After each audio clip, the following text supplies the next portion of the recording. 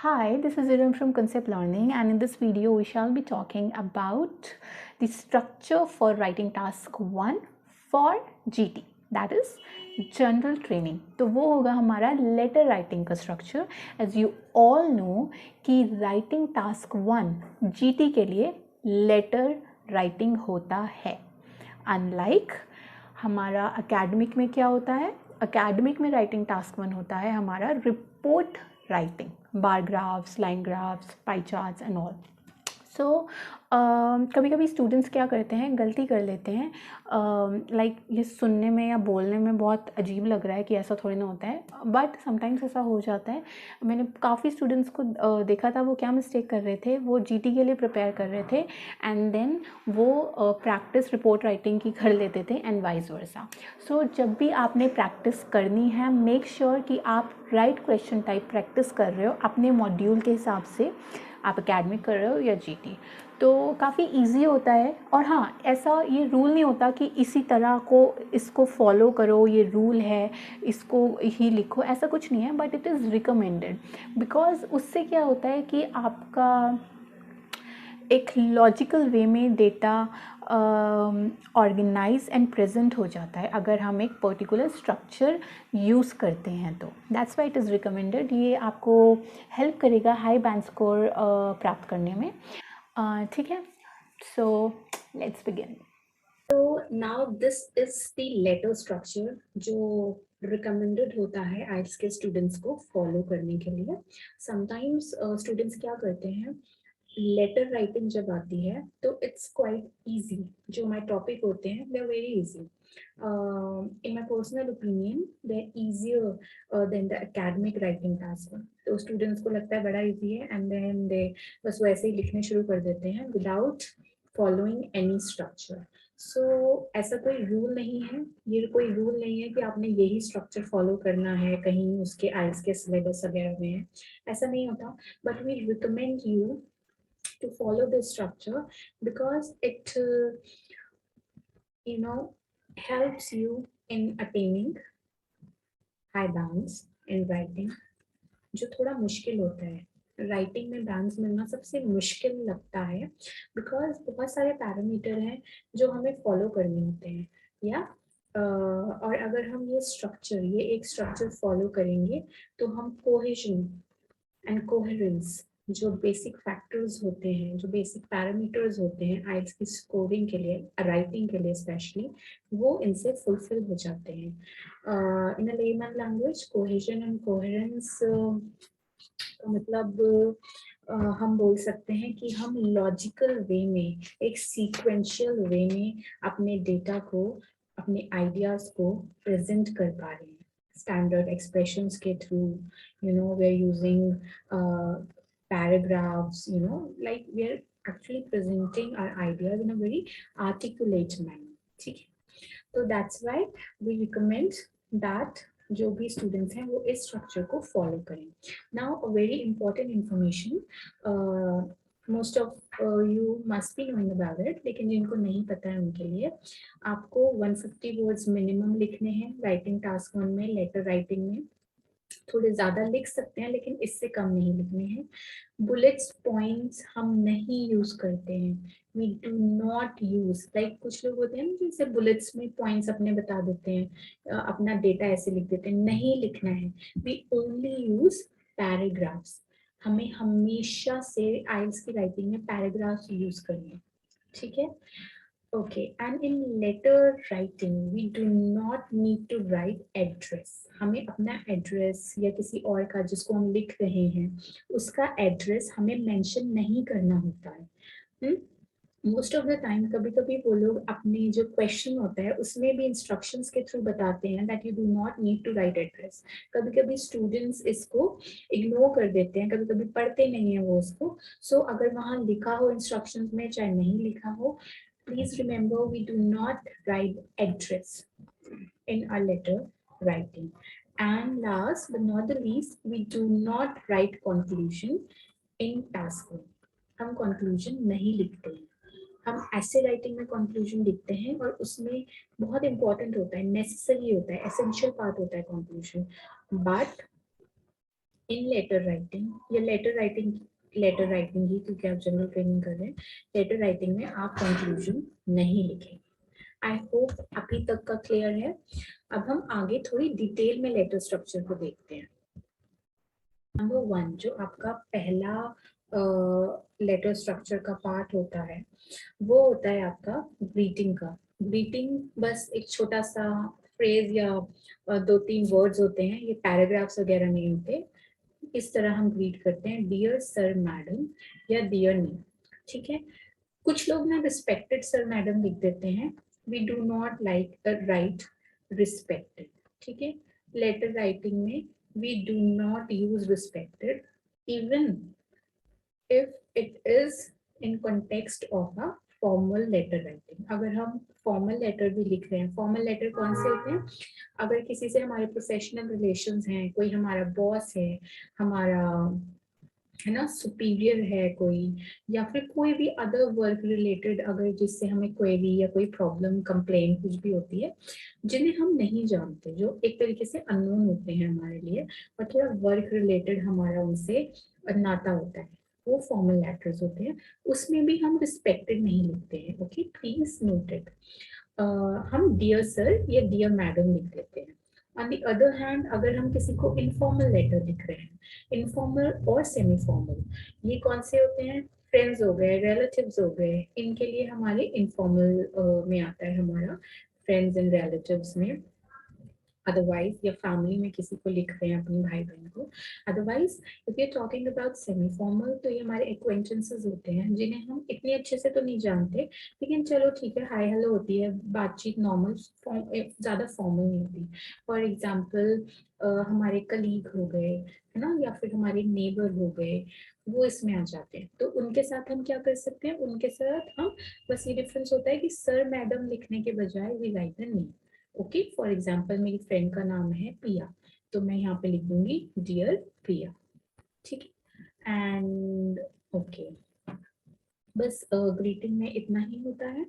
Now let's talk about the introduction.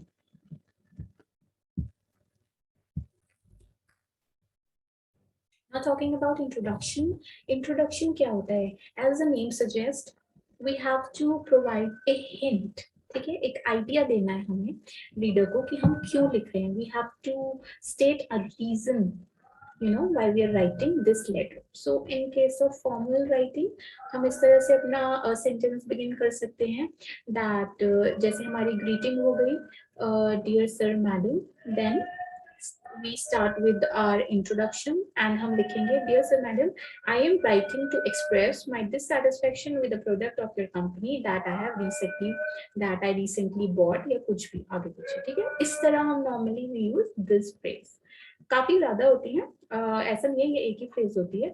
आने वाले time में I shall be you know posting videos in that too, पर अभी के लिए आप इसको, हम स्ट्रक्चर समझ रहे हैं तो हम फ्रेजेस वगैरह पे नहीं जाएंगे, मगर मैं ये बता रही हूँ कि हमारा जो इंट्रो होगा उसमें हम हिंट प्रोवाइड करते हैं, रीजन प्रोवाइड करते हैं कि ओके फाइनली हम लिख क्यों रहे हैं इस क्वेश्चन, इस आंसर को, ठीक है, इस लेटर को। Now in the case of informal letter आप इस तरह नॉर्मली डायरेक्टली लिख सकते हो that for example, dear Nita, I was so pleased to hear that you're planning on visiting my country. That's it। मतलब इसमें हमें रीजन पता चल गया कि ठीक है, हमारा जो कस्टमर है वो डिससेटिस्फाई हो गया है हमारे प्रोडक्ट से। एक आइडिया मिल जाना चाहिए, एक इंट्रो हो जानी चाहिए शुरू में कि ठीक है इसलिए लिख रहा है, और इसमें हमें पता चल गया व्हाट दैट ओके, हमारी फ्रेंड खुश है क्योंकि उसको पता चल गया है कि हम उसकी कंट्री विजिट कर रहे हैं। तो एक बेसिक स्लाइटेस्ट ब्रीफ आइडिया उनको मिल जाना चाहिए हमारे इंट्रो से, जो कि होना चाहिए काफी क्लियर एंड प्रिसाइज, ठीक है। ज्यादा बहुत बड़ा भी नहीं, इसमें पैरा नहीं बनाना है बहुत बड़ा, 3-4 लाइन्स आर इनफ, थोड़ा सा, and it should be clear.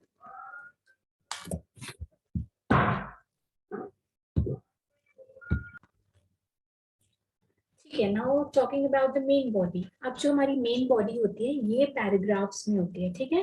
जो हमारी ग्रीटिंग थी वो 2-3 वर्ड्स थे, फिर हमारा इंट्रोडक्शन था वो 3-4 लाइंस में इनफ हो जाना चाहिए। एंड नाउ जो हम एक्चुअली में पैराग्राफ्स में लिखेंगे वो हमारी मेन बॉडी होती है। एंड इसमें हमें क्या करना होता है कुल मिला के, इसमें we have to answer the bullet points जो हमें क्वेश्चन में दिए होते हैं. दिस इज द क्वेश्चन, मैंने नीचे लिखा है एक छोटा सा क्वेश्चन. फॉर एग्जांपल एक फ्रेंड आपको विजिट कर रहा है, देन उन्होंने लिखा होगा आपको कि in your letter write this. तो आपको ये लिखना है, you have to recommend your friend that what is the best time to visit your country and you have to state the reason and you have to say what you feel about your friend visiting you after a long time, and then you have to describe the accommodations that are available for your friend. इनमें आप कुछ भी लिख सकते हो. It is ये normally informal होते हैं, पर अगर इनफॉर्मल, ये मतलब मैंने इनफॉर्मल लेटर का एग्जांपल दिया है. इसके अलावा अगर फॉर्मल लेटर होता या सेमी फॉर्मल भी होता तो भी आपने यही करना था. जो आपके बुलेट पॉइंट्स दिए होते हैं, you have to answer those in your paragraphs, और उसी को मेन बॉडी कहते हैं. ठीक है. इट डिपेंड्स कि कुछ लोग कभी कभी पूछते हैं कितने पैराज लिखने हैं. तो एक्चुअली आपने बड़े बड़े पैराज नहीं लिखने होते हैं इसमें आप 6, 7, 8 लाइंस के 2 या 3 पैराज लिख सकते हो. ठीक है, क्योंकि हम बुलेट पॉइंट्स यूज नहीं करते. तो हम रिकमेंड करते हैं कि जो ये बुलेट्स यहाँ पे दिए हुए हैं इन्हें इस तरह नहीं लिखना है. पता चला बुलेट्स में आपने आंसर दे दिया है. नहीं, we don't have to do this. हम कोशिश करते हैं कि हर बुलेट पॉइंट को एक छोटे से 8-10 लाइन के पैरा में डिवाइड कर दें. या इट डिपेंड्स ऑन यू. जब आप लिखोगे तो आपको आइडिया हो जाएगा कि कितनी लाइंस होनी चाहिए. एंड 150 वर्ड से ओवरऑल जब आपका खत्म हो जाए सारा कुछ लिखने का मटेरियल, तब आप वर्ड जरूर गिनना. They must not be less than 150 words. ठीक है, ज्यादा थोड़े बहुत हो जाए चलता है, बट कम नहीं होना चाहिए. And yes, you only have 20 minutes to write it. तो अकॉर्डिंगली हमने लिखना होता है. तो ये थी हमारी मेन बॉडी, जिसमें हमारा जो मेन एजेंडा होता है वो होता है to answer the bullet points. अगर आप एक भी बुलेट पॉइंट को हम कह सकते हैं आंसर करना भूल गए, तो एक बहुत बड़ा पैरामीटर होता है ऑफ आइल्स स्कोरिंग, जिसको टास्क अचीवमेंट कहते हैं. ठीक है, तो आप इसको फुलफिल नहीं कर पाओगे. ये वन ऑफ द पैरामीटर्स होता है स्कोरिंग का, राइटिंग के लिए टास्क अचीवमेंट, जिसमें होता है कि आपसे जो पूछा गया है आप उसको पूरी तरह से आंसर कर रहे हो या नहीं. तो इसका मतलब अगर आपको 4 बुलेट पॉइंट्स दिए हुए हैं कि रिकमेंड दिस, या 3 दिए हुए हैं, 4 मोस्टली नहीं होते, 3 होते हैं, अगर आपने इन दोनों को आंसर कर दिया और फिर आप इसको भूल गए, देन माय डियर आपके मार्क्स कम हो जाएंगे. आपके मार्क्स इस पे कट जाएंगे, बिकॉज आपका जो टास्क अचीवमेंट वाला पैरामीटर है वो अनफुलफिल्ड रह जाएगा. इसलिए तीनों बुलेट पॉइंट्स को जो दिए होते हैं, 3 या 4, मोस्टली 3 होते हैं, उनको अच्छे से पढ़ना है एंड आंसर करना है अच्छे से.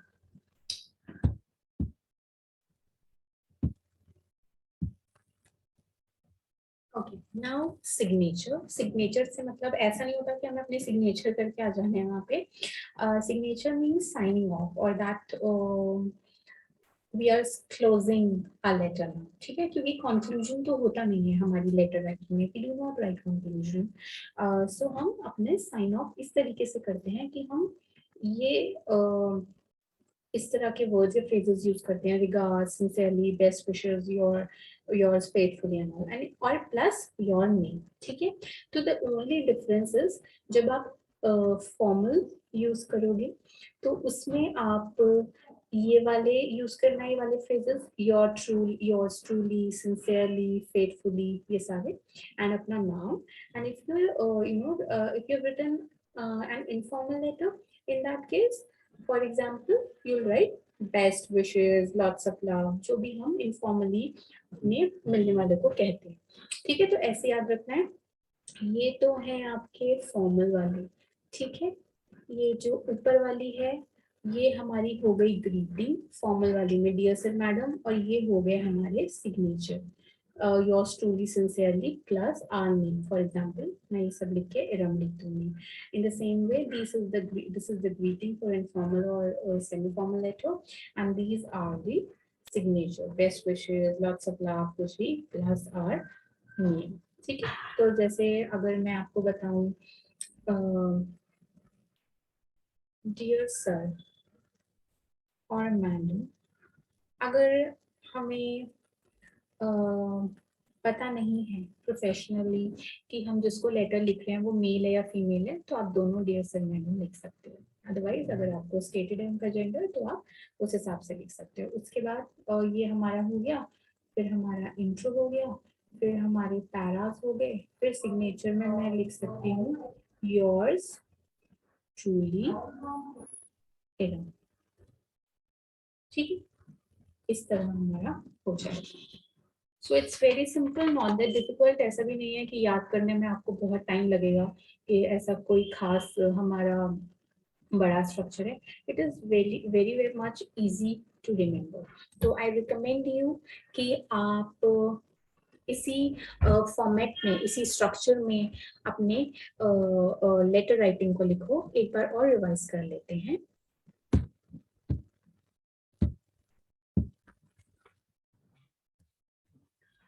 तो चलिए रिवाइज कर लेते हैं। आपका लेटर राइटिंग का स्ट्रक्चर 4 पार्ट्स में डिवाइड होता है। First part is greeting in case of formal letter. ठीक है, ये फॉर्मल है, you write dear sir madam. In case of informal letter, you write dear and the name of the person you're writing to. In intro, you give a hint or a reason why you're writing the letter. I'm writing to express my satisfaction, dissatisfaction, disbelief, whatever. In case of informal, I was pleased to hear that. And so, main body, the main purpose is to answer the bullet points, but in paragraphs. Bullet points, question 1. ठीक है, paragraph में। Then sign और closing, sorry for my bad handwriting. Sign और closing का मतलब होता है the signing off yours truly, faithfully, your sincerely, ये सब। In case of formal one, plus your name. In case of informal one, best wishes, lovingly, lots of love, plus your name. And these are the important things that you have to remember, जिसपे मैंने क्या कर रखा है, नीचे ये circles में लिख रखे हैं। You do not write conclusion, okay, you do not use bullet points, and you have to make sure that you at least write 150 words, and it is recommended कि आप 20 minutes लगाएं अपने टास्क 1 पर। ठीक है, क्योंकि हमारा टास्क 2 काफ़ी बड़ा होता है and it also carries more marks, तो जाहिर है कि उस पर हमें ज़्यादा टाइम लगाना चाहिए। तो इसलिए रिकमेंडेड है कि 20 मिनट्स से ज़्यादा ना लग जाएं। अगर कम लग जाएं तो बहुत ही अच्छी बात है, लेकिन इससे ज़्यादा नहीं लगने चाहिए। ओके, सो आई होप आपको ये पूरा स्ट्रक्चर समझ आ गया होगा अच्छे से, as it is very simple and easy. Still अगर आपको कोई डाउट है, आप कमेंट्स के थ्रू हमसे पूछ सकते हैं, and you can also contact us on Instagram, जिसका लिंक मैंने डिस्क्रिप्शन में दे दिया है। Okay then, keep practicing. I shall be coming with more videos in the future, hopefully. Till then, bye bye, take care, and all the very best.